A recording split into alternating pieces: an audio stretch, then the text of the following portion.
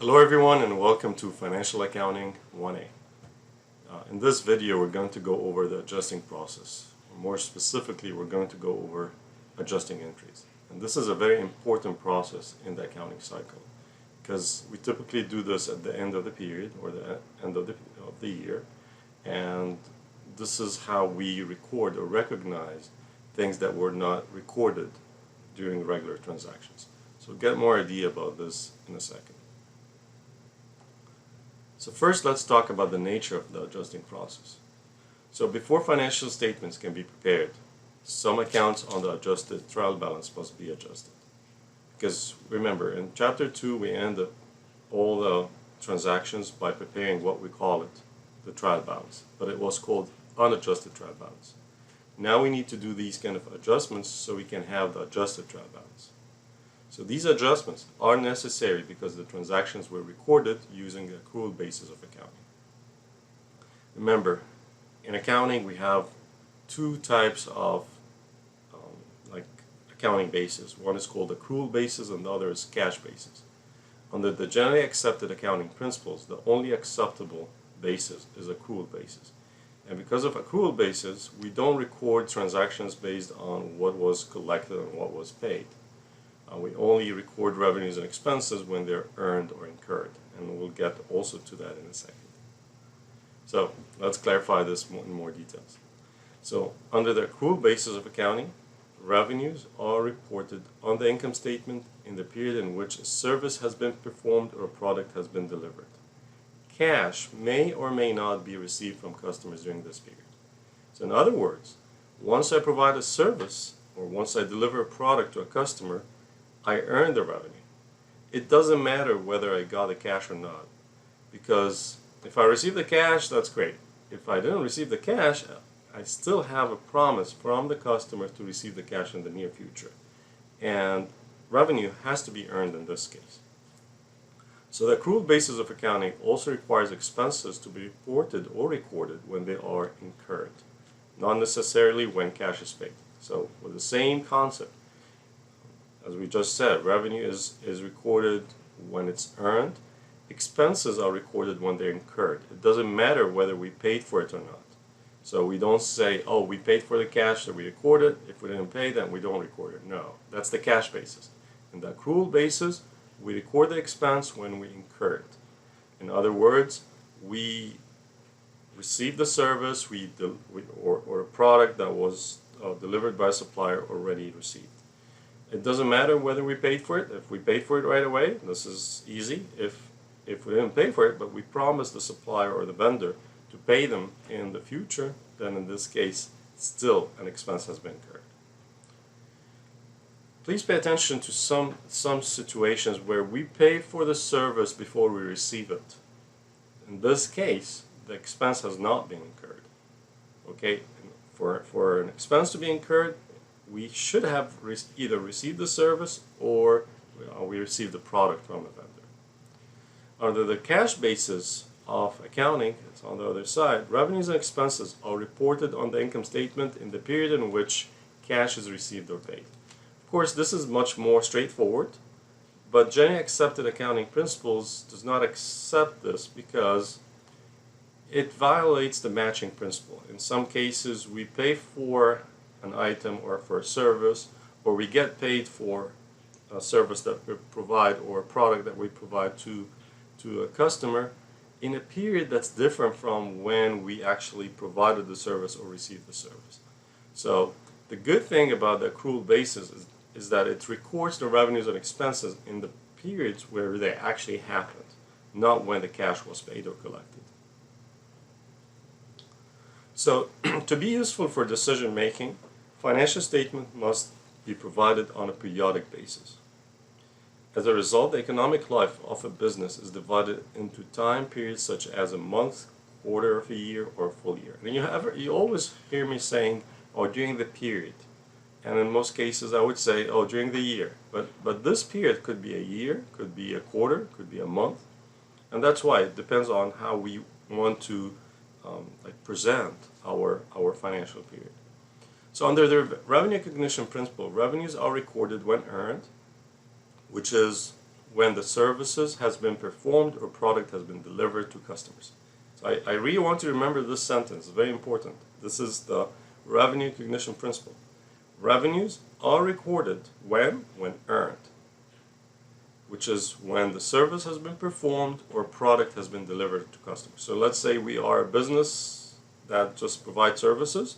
So the revenue would be recognized, or in other words, recorded, when we earn it, when we provided the service, or we deliver the product to the customer.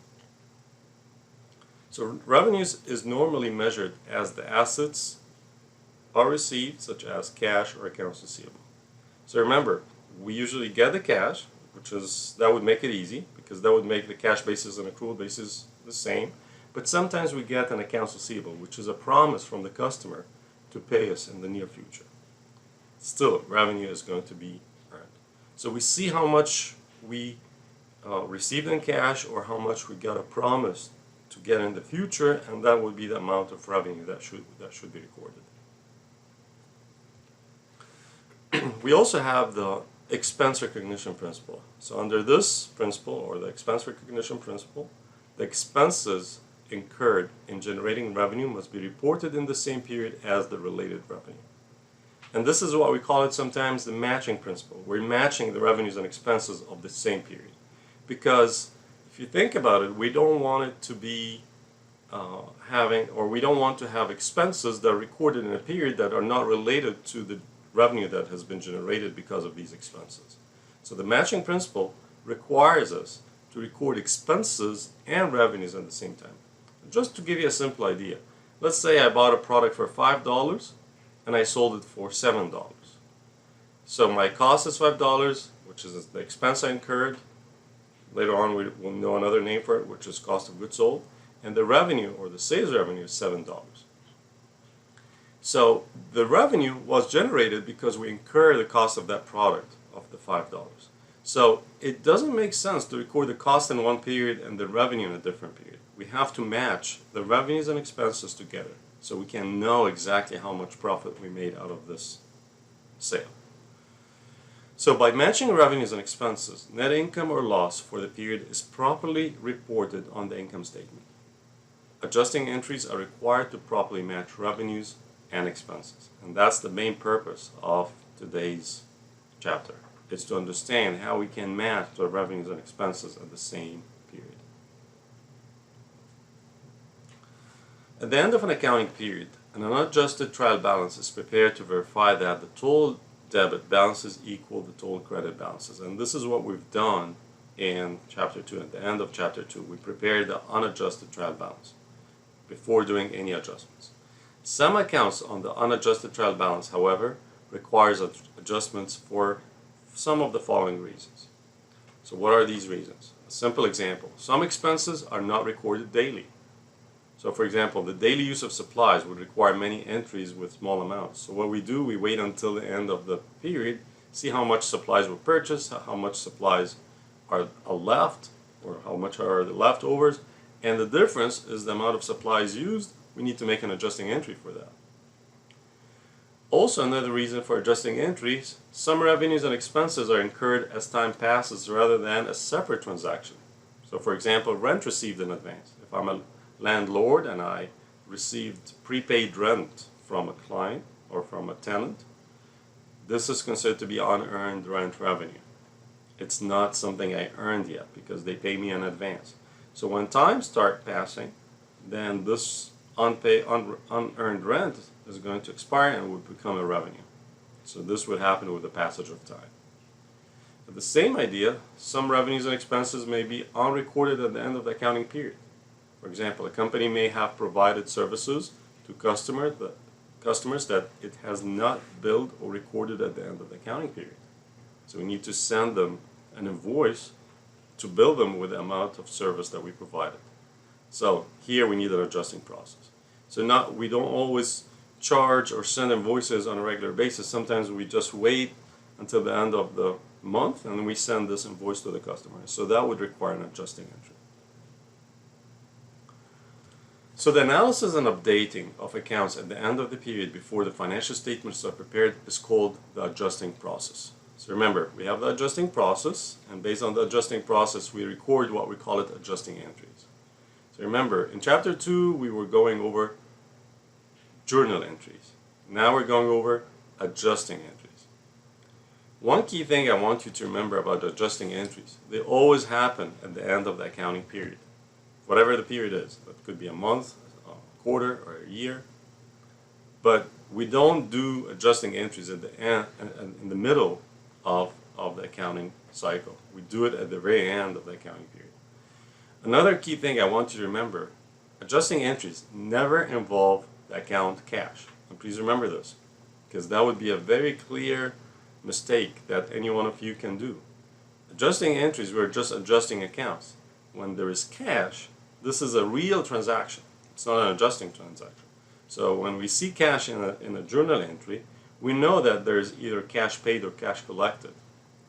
But in adjusting entries, we never see cash because we're just adjusting the accounts. We're adjusting an asset with an expense, a liability with a revenue. So all adjusting entries affect at least one income statement account and one balance sheet account. That's another thing that you have to pay attention to. Whenever we are recording an adjusting entry, remember there are two accounts that should be affected. One would be an income statement account, which is either revenue or an expense, and the other would be a balance sheet account, which would be either an asset or a liability. Therefore, an adjusting entry would always involve a revenue or an expense account and an asset or a liability account. And remember, never, never, never cash. And it's always recorded at the end of the accounting period. Now let's talk about the types of accounts requiring adjustments. So an accrual occurs when revenue has been earned or an expense has been incurred but has not been recorded. So remember, the word revenue is earned and expense is incurred. Okay? And this is where we record the revenue or expense.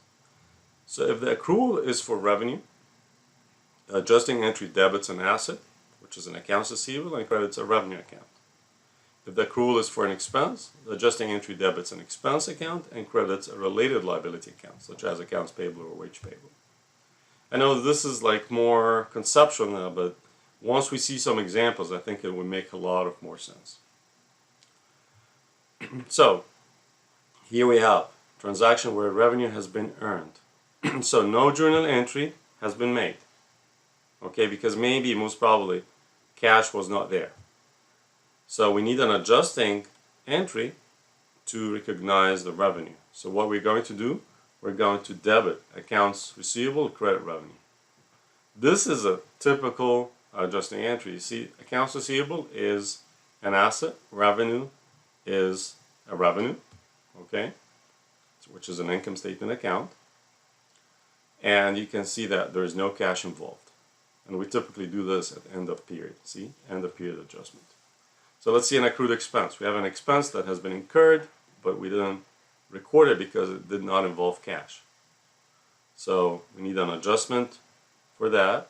So we debit the expense and we credit accounts payable. Expense is an expense, which is an income statement account. Accounts payable is a liability, which is a balance sheet account. So we have just a note here that says an adjusting entry will always involve a revenue and expense account and an asset or liability account. You cannot have expense and expense and revenue. No, it has to be like one balance sheet account and one income statement account. So what are the types of accounts requiring adjustments again? We also have deferrals. So we talked about accruals. We have also something called deferrals. And the word deferral is like something that was deferred. So it occurs when cash related to a future revenue or expense has been initially recorded as a liability or an asset. So the payment was ahead of the service or the product. So if the cash received is related to future revenue, it's initially recorded as a liability, which we call it unearned revenue. Please, please, please, that's a very common mistake. The word unearned revenue has, or the term unearned revenue, has the word revenue, but it's not a revenue. It's still unearned. And because it's unearned revenue is considered to be a liability account. So please remember that. That's a very common mistake. So unearned rent, for example, or unearned rent revenue, that's a liability account. It's not a revenue account yet, even though it has the word revenue. But remember, it's unearned, which makes it a liability. So the adjusting entry in the period when the revenue is earned debits on unearned revenue. So we reduce the liability by debiting it, and we credit the revenue account, which is like recognizing now the revenue. Let's say it's rent, so we call it rent revenue or simply rent. Rent revenue, I think it's the best term. So if the cash paid is related to future expense, it's initially recorded as an asset called prepaid expense. Sometimes we are the ones who pay in advance. Let's say we paid insurance for advance or subscription for something, membership subscription in advance. So that's a prepaid expense. Again, it has the word expense, but it's not an expense yet. Because it has the word prepaid, it makes it an asset. So the adjusting entry in the period when the expense is incurred debits an expense account and credits a prepaid expense, which is an asset account. Okay, so let's see how this would look like. So we have cash has been received for revenues that will be earned in a future period, and that's an example for unearned revenue. Remember, unearned revenue, it's a liability. So what would happen is that we receive the cash, so we debit the cash, and we credit the unearned revenue. Okay, that's not an adjusting entry. That was a journal entry that took place like during the year. But now we earn the revenue at the end of the year. So the adjustment data, revenue has been earned. So we need to make an adjusting entry at the end of the year by getting rid of this liability and recognizing the revenue. And when I say recognizing, this means recording the revenue, the actual revenue. So we debit unearned revenue, which is a liability. We debit it. When we debit the liability, we're reducing it. Because remember, unearned or liabilities, they have a nature, or their normal balance is a credit. So when I debit it, I'm reducing it. So I'm reducing the unearned revenue, and I'm recognizing the revenue on the credit side. Revenues, they like the credit side. Let's see the other side of the coin, prepaid expenses. Now we are the ones who got paid for a service that we're going to provide in the future. So, or actually, I'm sorry, prepaid expense. We incurred an expense. We paid for cash for an expense that we're going to incur in the future. So we recorded prepaid expense and we credited cash. In this case, the prepaid expense is an asset because it hasn't been used yet. Examples for that, like I just used, maybe subscription or when we pay rent in advance. So that would be recorded as prepaid expense and we credit cash. That's a real journal entry, a real transaction. The adjustment data would be prepaid expense has been used to generate revenue. Now we are applying the matching principle. We want to make sure that we are recording the amount of the expense that we actually incurred. When? That would be at the end of the period. So end of the period adjustment, we're going to debit the expense and we credit the prepaid expense. Expenses are typically recorded on the debit. They like the debit side, opposite to revenue. Prepaid expense on the credit, why? Because it's an asset, we're reducing it. Because now we use part of what we used to have as an asset. We used it, okay? So we incurred it, so we credit the prepaid expense on the credit side.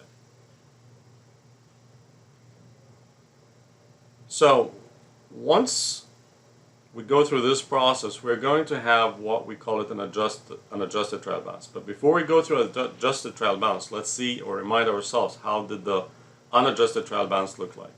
This is where we stopped at in chapter 2. We had a list of all the accounts with their account number, with their debit and credit balances, and their total balances should match.